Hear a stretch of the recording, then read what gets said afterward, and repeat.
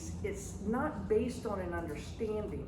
It's just that the public officer should know that it was being given to them. And the example I usually use is if somebody is in our IT department and is going to make recommendations on a big computer purchase, and a computer representative comes in and gives them 2 tickets to the Bucks game. There's no reason that they would give that, you know, if it wasn't for they want to influence. But you don't have to have that actual understanding between the two. Misuse of public position. This is one of the provisions that most commonly ends up with an ethics complaint. So the prime example is the mayor of the city's son gets a speeding ticket and he calls the sheriff or policeman and says, hey, you know, just throw that in the garbage kind of thing. And it's to benefit the public officer or another. So this is, like I said, the main one that you see in the ethics. Conflicting employment and contractual relationships. You can't have an employment with a business that is regulated by your agency or doing business with your agency. And there's a lot of nuances in how this is applied. So if you have a concern, feel free to reach out to me and I'd be happy to walk you through it. And it doesn't prohibit you from practicing in a certain profession. Disclosure of certain information. The classic example of this, and it's when you learn something from your agency that is not common knowledge. My classic example is somebody works for the county road department. They find out that in a few years the county's going to put this long road in, and they go out and they buy all the land around the new road that's going in. They used information not commonly known to benefit themselves. And then again, you can't take an unfair advantage of working for your agency. Hello? Oh, thank you. Okay, government and the sunshine law. Thank you. So what is the sunshine law? It's all meetings of a public board, authority, committee at which official acts are to be taken must be open to the public at all times, and the board or commission must provide reasonable notice.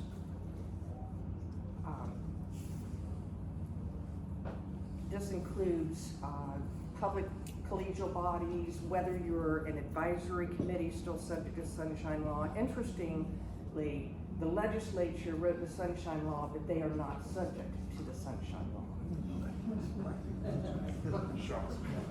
Winter board's not subject to the sunshine law.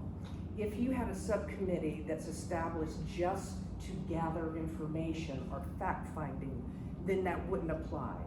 My caution is it's very easy if you say that we're just going to get information to slip into some kind of discussion between two members. What else is subject to the sunshine law? Phone calls, meetings back and forth, discussions. The big issue right now is the explosion of social media with LinkedIn and Facebook and Twitter, and there's some I don't even know what they are. It's easy to, you know, communicate with anybody on the planet instantaneously. So just be careful about using, if you had a Facebook account and you say, you know, I'm a CareerSource board member and I really think we need to do this program, I'm all in for it, and then somebody else on the board replies, that could be a quote-unquote meeting. So just be careful in the use of social media. When does the sunshine law begin to apply? Upon election or appointment. And I point this out because sometimes there's a lag between the Board of County Commissioners appointing somebody to a sunshine board and them going to the first meeting. And I've had some instances in the past where unknowingly they reach out to the current board members and say, hey, what are the hot issues? You know, what's coming up? How do you feel about this? So just be careful if you've got a new appointee that you not, even though they haven't actually had a meeting, that you don't have conversations outside of a notice meeting. So what about members of different boards? It only applies to 2 members of the same board that would discuss something that's gonna go back to that board for action. So for instance, generally speaking, there's no prohibition for a county commissioner to talk to somebody on city council because they're not members of the same board. However, there's a lot of authorities out there, sports authority, port authority, aviation, where you might have a county commissioner on that board and a city council member on that board. So the same prohibition would apply in that instance, that they could not discuss anything that might come back to that board for action. And CareerSource has a fairly, not limited scope, but like compared to, for instance, the Board of County Commissioners. You know, that you never know what issue might come back before the board. So just keep that in mind. Social events. I always get questions about this. There's nothing prohibitive for 2 board members to go and have lunch together. I caution, no, appearance is everything. I've been in board meetings back when the press actually covered the board, and I see 2 commissioners reaching over doing this, and Mike Deason at the time would come right up and say, violation, violation. Well, what if they said, I think the room's too cold, or something that's not gonna come up to the board for action. But appearance is a lot, so just be careful. There was an instance, an attorney general opinion years ago, where a husband and wife served on the same board. And they said that they could do that as long as they don't, you know, discuss that business. Oh, yeah, right. I would want to be on a board with my husband. How about a bus trip or a tour? Years ago, when the Resource Recovery Plant opened, the Board of County Commissioners wanted to go tour it. So we noticed it. We had vans that would, so we could take anybody, members of the public or the media that wanted to go, and we had somebody take summary minutes of that. So it is doable. If that's something that you want to do, let me know, and I'd be happy to walk you through how it goes. Reasonable notice is required, and everybody hates it when the lawyer says reasonable because it depends. A rule of thumb is 24 hours. Obviously, the more controversial, or if you want to engage the public, you want to give more notice than that. My old classic example is I was pulling into the building on September 11th. I had heard on the radio that a plane hit the Twin Towers. In my mind, I thought it was like a Cessna or something. I had no idea what was going on. When I got up to my office, I realized what was happening, and the county attorney at the time pulled me down to her office and said, the board needs to meet in 20 minutes. And so got with our communications department. They have a list of media contacts, citizens that want to sign up to be contacted for meetings. And so we did that because the board was meeting to decide whether or not to close the building, which they ultimately did. That's kind of an extreme example, but under the circumstances, that was reasonable. Does the Sunshine Law require an agenda to be written? No. Most of the time, it's a good way to put out the notice because you got the date, the place, what's on the agenda, but you don't have to. Several years ago, there was a bill that luckily didn't go out of committee, but it would prohibit a Sunshine Board from considering or discussing anything that wasn't on the agenda. Just wonder what set of facts somebody made somebody mad that they wanted to put that into law.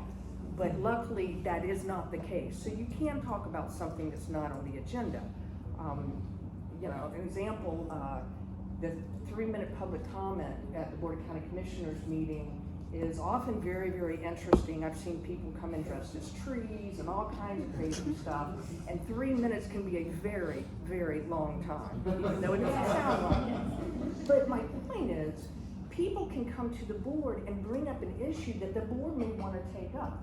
So you're not constrained to only doing things on the agenda. Of course, if you've got something controversial in Hillsborough County, it's mainly animals that will pack the boardroom.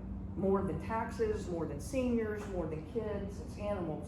So, you know, you want to make sure that you're not going to tackle a big issue like that if it's not on the agenda. Can you meet in a private club? No. It has to be open to the public at all times. So you couldn't have a sunshine meeting in a private club.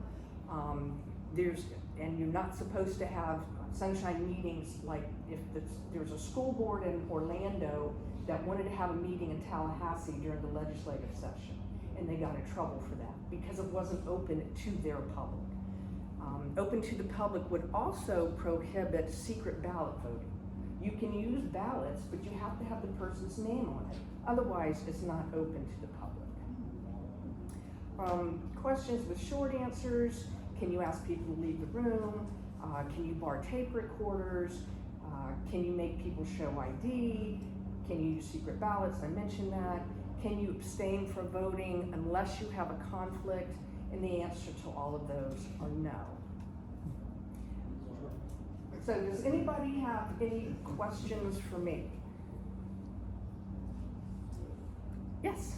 How on earth did this state get this? The Sunshine Law is really, it's gigantic compared to other states I've lived in. Correct.